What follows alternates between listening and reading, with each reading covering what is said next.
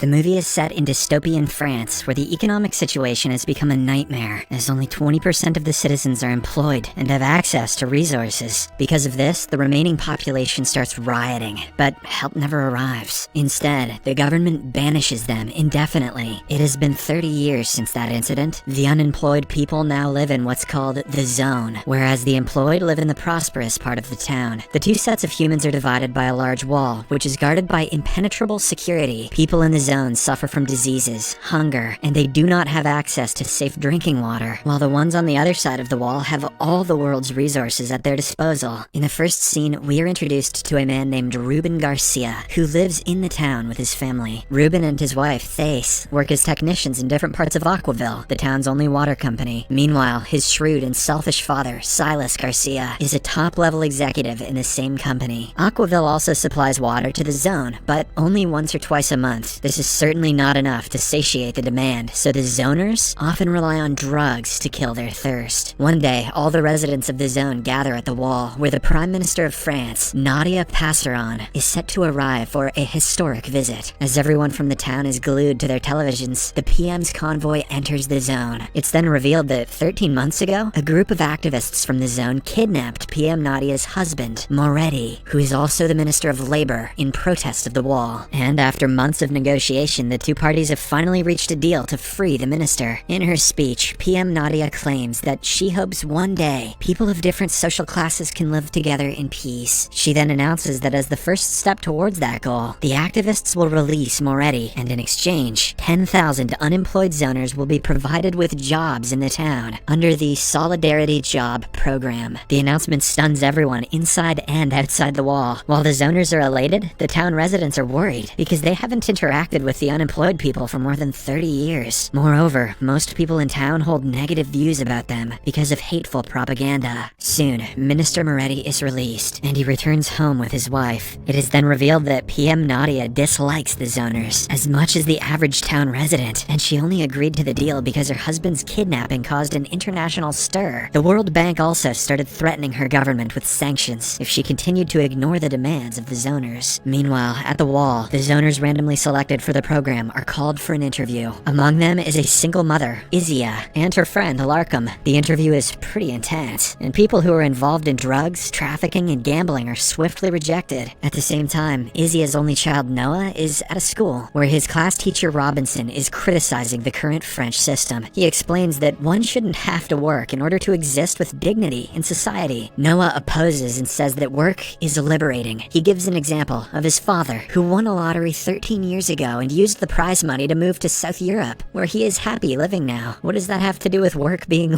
liberating? The movie then cuts to Aquaville, where Ruben learns that his department head has worked himself to death. However, instead of being sad, Ruben is elated, as he has been waiting to take over his boss's position. Without wasting any time, he then messages his well-connected father, Silas. At the Prime Minister's residence, Moretti gets medical treatment, and it becomes clear that he had been tortured for intel. Later, PM Nadia's head of security, Colonel Jean, interviews Moretti, and the latter assures her that he hasn't divulged any state secrets to the radicals. As a result, Nadia immediately declares that Moretti is fit to work, and again makes him the Minister of Labor. At Aquaville, we learn that Ruben's wife Thais is having an affair with one of her colleagues, Hans. The two are actually conspiring to steal important business data from Aquaville, which they plan to sell in exchange for money, and use it to move abroad and start a new life. See what complacency does to people? However, their attempts have failed so far, as Thais hasn't been able to get anywhere close to her father-in-law Silas's office. To make matters worse, the authorities have started suspecting that Hans is involved in something illegal, and he is being investigated. Later, Ruben tells Thais about his intentions to apply for his late boss's position. He desperately wants the promotion, so he can afford to send their autistic daughter Maëlle to Phoenix Academy, a popular school for specially abled children. This is because if Maëlle keeps studying in normal schools, she won't get any jobs in the future, and thus will end up in the zone. However, the arrogant Thais is confident that Ruben's selfish father won't help him secure the promotion. She also adds that they should have gotten rid of Maëlle a long time ago. Unfortunately, the little girl overhears the conversation and becomes sad, so Ruben goes over to comfort her. The next day, Ruben nervously approaches his father Silas and requests help to secure the management position. Surprisingly, the latter agrees, and he even invites Ruben to an exclusive ministerial party the next day. Meanwhile, at Aquaville, Hans meets meets with PM Nadia's head of security, Jean Mars. It turns out both of them are Secret Zone sympathizers, and they are colluding with the activists to find dirt on Aquaville, which is the biggest financial supporter of PM Nadia's government. Thace is set to steal information from Silas's office the next day and flee the zone. Elsewhere, Izia and her friend Larkham clear the interviews and become excited as they are finally getting employed now. Don't get too excited, work sucks. The next day, hundreds of zoners are transported to the town for their first day of work. Izia is assigned to work at Ruben's house, and the latter is stunned to learn that she looks exactly like his wife. Meanwhile, PM Nadia and her team handpick Larkham and make him praise the Solidarity program on TV. In the next scene, Thace is apprehended and taken in for questioning by Aquaville security. Her only offense is that she is frequently hanging out with Hans, a suspected zone collaborator. Ruben, who is getting late for the party, tries to contact her but without success. Hence, with no options left, he convinces Izia to accompany him to the party as his wife. Later, the two reach the venue and are pretty nervous with all the dignitaries around. However, with some help from his father, Ruben and his supposed wife manage to impress the CEO of Aquaville. Meanwhile, after being freed to go, Thace goes straight to Jean and tells her that she couldn't complete the job. Upset, Jean takes Thace out and smuggles her into the zone, where she is picked up by an activist named Boris. The same day, Hans is exposed, so he too is transferred to the zone. After Thace continues to be out of contact, Ruben again asks Izia to play his wife's role the next day. Izia is scared of getting caught, but Ruben offers to pay her a hefty amount, so she reluctantly agrees. With this, he teaches Izia Thace's job and eventually sends her to work. Later, in the news, it is reported that 22 Solidarity workers were attacked by town residents on just the first day. This worries PM Nadia, as she must show the world that reconciliation is happening. Therefore, she appoints Larkham as the special advisor to Minister Moretti, so he can help make the Solidarity program a success. Larkham is excited about his new role, as he genuinely wants the two sets of people to get along, but Moretti hates the unemployed because of the torture he endured during his captivity. He strangles Larkham and warns him to keep his distance. On the other hand, as Izia tries to adapt to her new job, Ruben goes to officially enter his name in the race to become the director of water quality. Meanwhile, Noah finds a 13-year-old magazine with a cover story on the woman who won the lottery that year. Noah is shocked as he realizes that Izia lied to him about his father winning the lottery. Hurt, he wanders around and meets a local thief, Valley. The two quickly bond, and Valley invites him to her place where they have narcotics. Elsewhere, Thace finally learns that Hans deceived her, and he is actually a zone collaborator. She feels betrayed and threatens to report him. While investigating Hans's spy activities, the police narrow down 3 female employees he came in contact with. One of the women is Izia, aka Thace Garcia. The police present the woman before head of security Jean Mars. Jean is shocked to see someone claiming to be Thace Garcia, as she personally sent the real one to the zone. Later, she follows Thace home and learns that it is actually Izia posing as Thace Garcia. Jean relays the information to the activist from earlier, Boris, and asks him to establish contact with Izia in hopes of using her to steal data from Aquaville. When Izia returns back to the zone, she learns that Noah is missing and starts looking for him everywhere. However, she is approached by Boris. Lo and behold, he reveals that he is actually Noah's estranged father, Ethan. Due to his involvement in the anti-system movements, Ethan abandoned his family and changed his name to Boris. It turns out Izia had to lie to her son to protect his feelings. Ethan asks for her help, but Izia isn't pleased to see him and declines to cooperate. Elsewhere, Noah almost overdoses on narcotics, so a scared Valley drops him at the local teacher Robinson's home. The latter immediately contacts Izia, and the two somehow revive the teenager. After Noah goes to bed, Izia confides in Robinson that she is quitting her job and heading south with her son, with whatever she has saved. However, when she returns home, she is devastated to learn that Ethan and his men broke into her room and stole her savings. Hence, left with no choice, Izia agrees to collaborate with the activists, and they give her a chip to insert in Silas's computer. The next morning, it's revealed that Moretti frequently suffers from PTSD, but he keeps his struggles from PM Nadia. He slowly becomes consumed with hatred for the unemployed, and to make matters worse, Nadia unwittingly confides in him that a Solidarity worker killed his employer the other day, and that she stopped the media from reporting it to maintain public order. Meanwhile, Hans learns that Thace hasn't drank water in 2 days, as Ethan has refused to give her clean drinking water. Disturbed and enraged, he confronts Ethan, but the latter refuses to budge. Unable to see her in this state, Hans reluctantly kills her and puts her out of her misery. Why didn't he just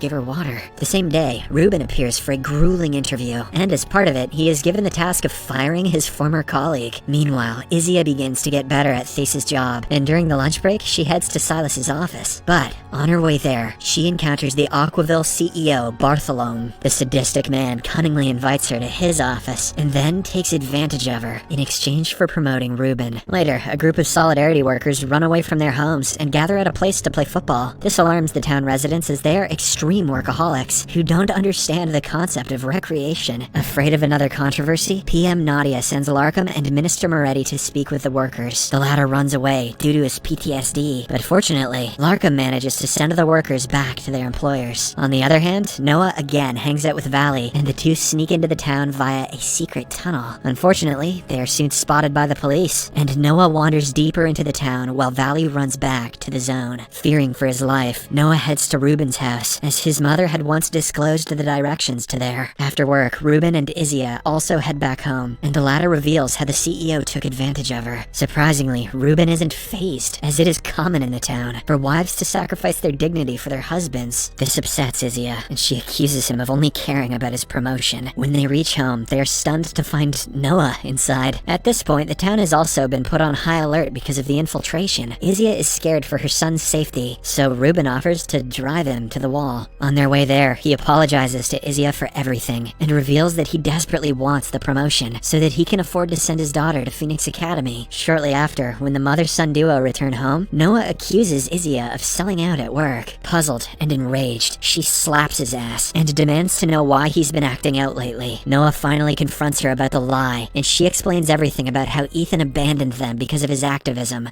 The next day, Moretti suddenly appears on TV, where he goes on a hateful rant against unemployed people and warns that an invasion is imminent, much to Nadia's dismay. Despite this, she refuses to give up on her husband and puts him under a 24/7 watch. She then seeks advice from her father, Mr. Passeron, who is revealed to be a former French prime minister. The wall was actually built during his tenure. Nadia mentions that she feels the wall was a mistake, but her father asserts that it was the only solution. Later, she asks Larkham to bring a video proof of how the program has changed his life. Nadia plans to release the video before the arrival of the president of the World Bank. At Aquaville, Ruben's competitor for the managerial position finds out about Izia's truth and starts blackmailing Ruben. The latter requests her keep her mouth shut, but she just won't listen. So, with no other way out, Ruben kills her. He then contacts his father, and the two get rid of the body. That evening, Ruben reveals everything to Izia and breaks into tears after realizing what a monster he has become. Izia feels sorry for him and tries comforting him. One thing leads to another, and they end up making love. At the zone, Saul, the leader of the activists, finally arrives and shows himself. In a shocking turn of events, he is revealed to be none other than Noah's teacher, Robinson. He, along with his rebels, are planning to invade the town, but for that to happen, they are counting on Izia to steal the data from Aquaville. The following day, the president of the World Bank finally comes for a visit, and PM Nadia introduces him to Larkham. Later, she holds a private meeting with the president and requests him to release the funds as they are in desperate need of them. However, the president tells her that the international community is apprehensive about supporting her government because she still hasn't removed Moretti, who incited violence against the unemployed, from her cabinet. As a result, PM Nadia finally decides to remove her husband, Moretti, from the cabinet. She also disavows all of his hateful comments towards the unemployed. This finally pleases the World Bank president, and he releases the funds to Nadia's government. Moretti is deeply hurt, and he later admits to Nadia that the rebels forced him into revealing state secrets. It turns out that Aquaville is purposely polluting Zone's water with the government's blessing for profit and power. Nadia panics, but she quickly comes up with a solution. Back in Aquaville, Ruben appears for his final interview before he is selected for the managerial position. At first, he states his strengths, but then he goes completely off topic and frames his final competitor for the murder of Peterson. He also presents bogus evidence doctored by Silas to back his claim, which results in the competitor's disqualification. Meanwhile, Noah and Valley show up at the secret hideout of the activists and demand to meet Ethan. As expected, no one has heard of that name before, and they ask the teenagers to go away. Noah and Valley oblige, but on their way out, they get away from the guard and manage to sneak inside the building. They then eavesdrop on the conversation of the activists, and Noah learns that his teacher Robinson is the leader of the group. In the next scene, Izia returns for work at Aquaville and finally manages to enter Silas's office. She successfully extracts the data in her chip, but before she can leave with it,